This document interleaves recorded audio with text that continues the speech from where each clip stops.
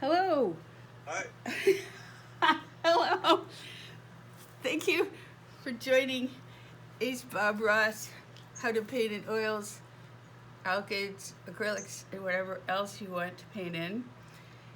Remember, everybody gets their own studio, your private spaceship time machine, Aladdin's tent. So I just want to say that to start. Today we have Glenn Lewis Clevenger, artist, and I have two pieces of his, and he's gonna show us his studio.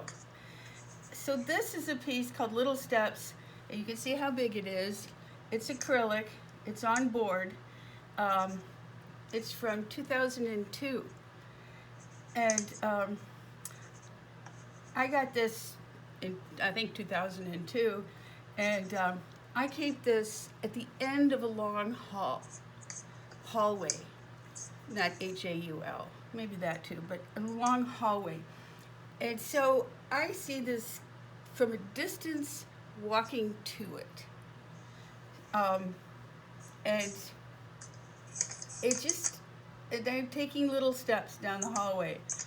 Um, but anyhow, I love this piece. And I'm going to give you a close-up of this other piece I have of his. I'll put this right here for now. There, you're fine there. This one is untitled, but it is from, I'm going to see if I can get this in front of your faces. It is from 2012. This is the kind of work that I particularly love. Come on, camera. You can do it. There we go. Look how much there is to see. When you get close, entire worlds open up. This is a tent. Well, my eyes are actually better than this camera sometimes. Look at that. So I'm going to pull this back so you can see that this is not an actually big painting. This is a small painting. You can see the size. It's also acrylic. This is on canvas. This is painted 8 years after the first one. So I'm going to introduce Glenn, and we're going to G. Lewis Clevenger, 12. 16, no, it's not 16, 10. So here is Glenn. I'm going to make sure that he's in his studio. So I'm going to see if the camera can manage to focus. Thank you, phone. And get a little bit close up on Glenn so you can see him. You don't need to see me anymore. So, Glenn and I are FaceTiming. We're going to get his painting in over here. So he's waving. So hi, Glenn. Hi. How's it going? Good. How are you today? I'm okay. I'm going to move this over a little bit more. So, can you show us just a tiny bit of your studio? Yeah. I'd be happy to. I'm kind of sitting right now at a table I have set up where I work. No, you paused it. Unpause it. There we go. Are we there? No, you just hit something, some screen, part of the screen. Well, Hit the lower left-hand side of your screen. I think that's what it is. Yeah, the I'm lower. sorry. That's okay. Does it work now? No. Let me. Hit the lower left-hand side of the iPad, and the little thing will come up. Or maybe I'll call you back. Call me right back. I'm right here. So. All right, I'll call you back. I'm sorry. Okay, bye. Sorry. Bye. Okay, bye.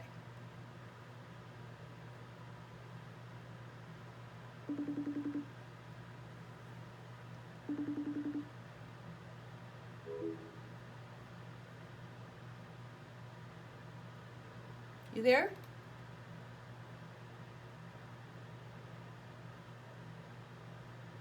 Are you there?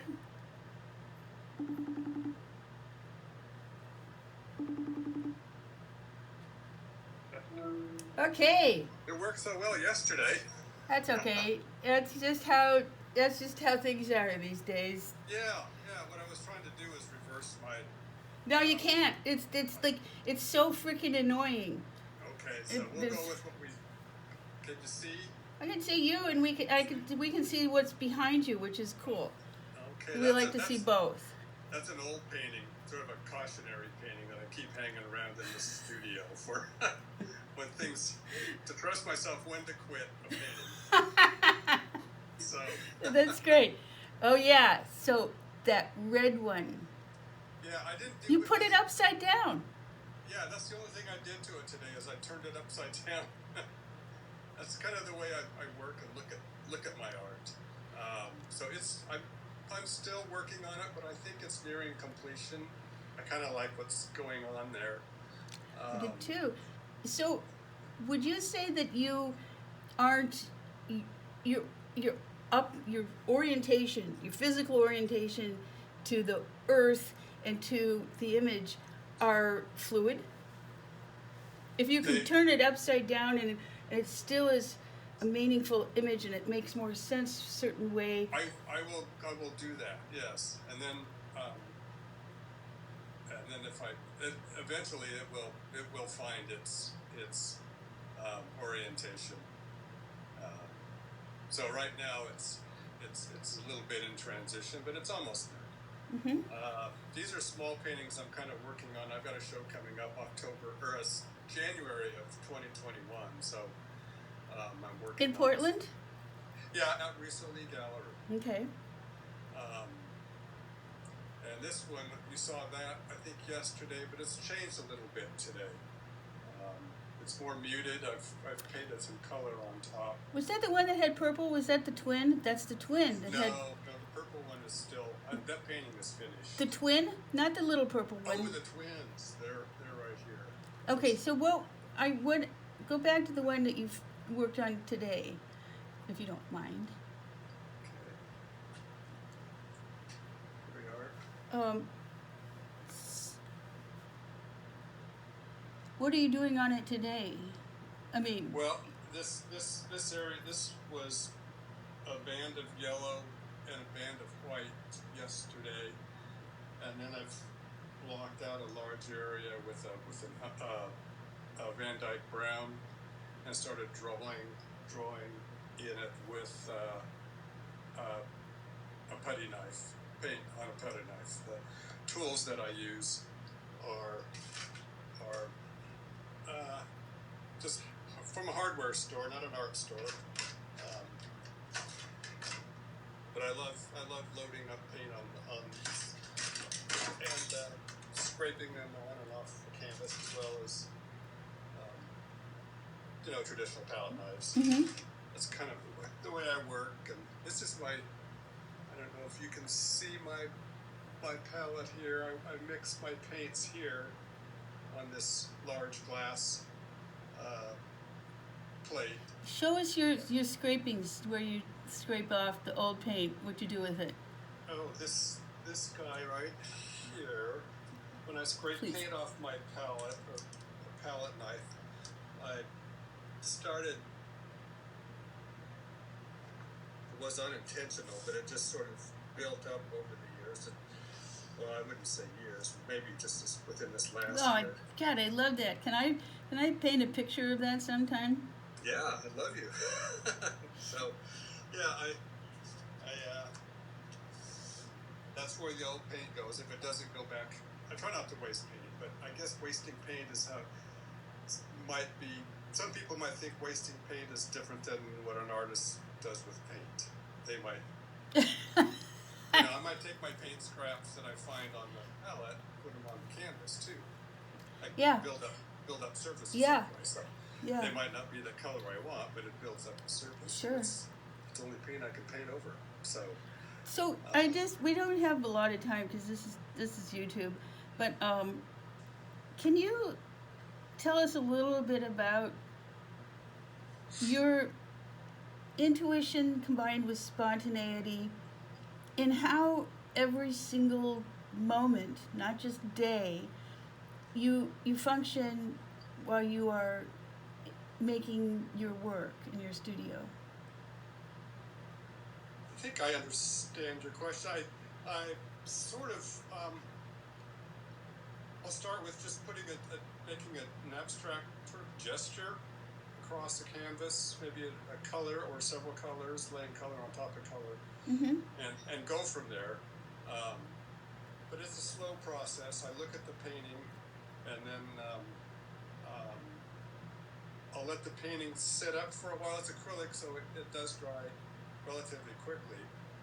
If I want to pull a wet color on top of another color before it dries, I have to be kind of quick. But I've being in isolation for these past few months, and you think about a lot of things. I came to the conclusion that I was a slow motion action painter, where I would make a gesture, broad gesture, real quick across a large area, and then I'll stop and look at it, and go from there. And when you look at it, how do you, are you experiencing a number, this is going to be a stupid question, but are you experiencing emotion, physical sensation, thoughts, all of it or none of that? Or how do you? I'm responding to it emotionally. The color will get to me, and I will look at a color that I had just applied to the surface, and it may inform me as to maybe I want to put this certain orange color next to it, or maybe the similar color that was there, but maybe a little darker or a little lighter on top of that. So there's a lot of color on color in my paintings. Yeah, I can see that. You can see deep into this painting if you look close, because some of these are transparent pigments, some of them are opaque, and even if they're opaque, you scrape them down enough that they're transparent in places like this. That's another thing I like about the painting, that they're both the combination of transparent and opaque surfaces, and maybe some matte against shiny surfaces too in the painting. So there's a lot of texture and visual things that are there. Yeah. That I respond to as I'm painting. So. Well, we gotta go. We have to end this because I even lost track of the time. I could talk to you for hours, and maybe someday we'll get a chance to. But we're gonna have to sign. We'll just wait and wave goodbye to everybody. I'm gonna say goodbye. Bye. Goodbye. Hope you guys have a great weekend. Okay. Nice to talk to you. Glenn says bye. I do too. Bye. Bye-bye.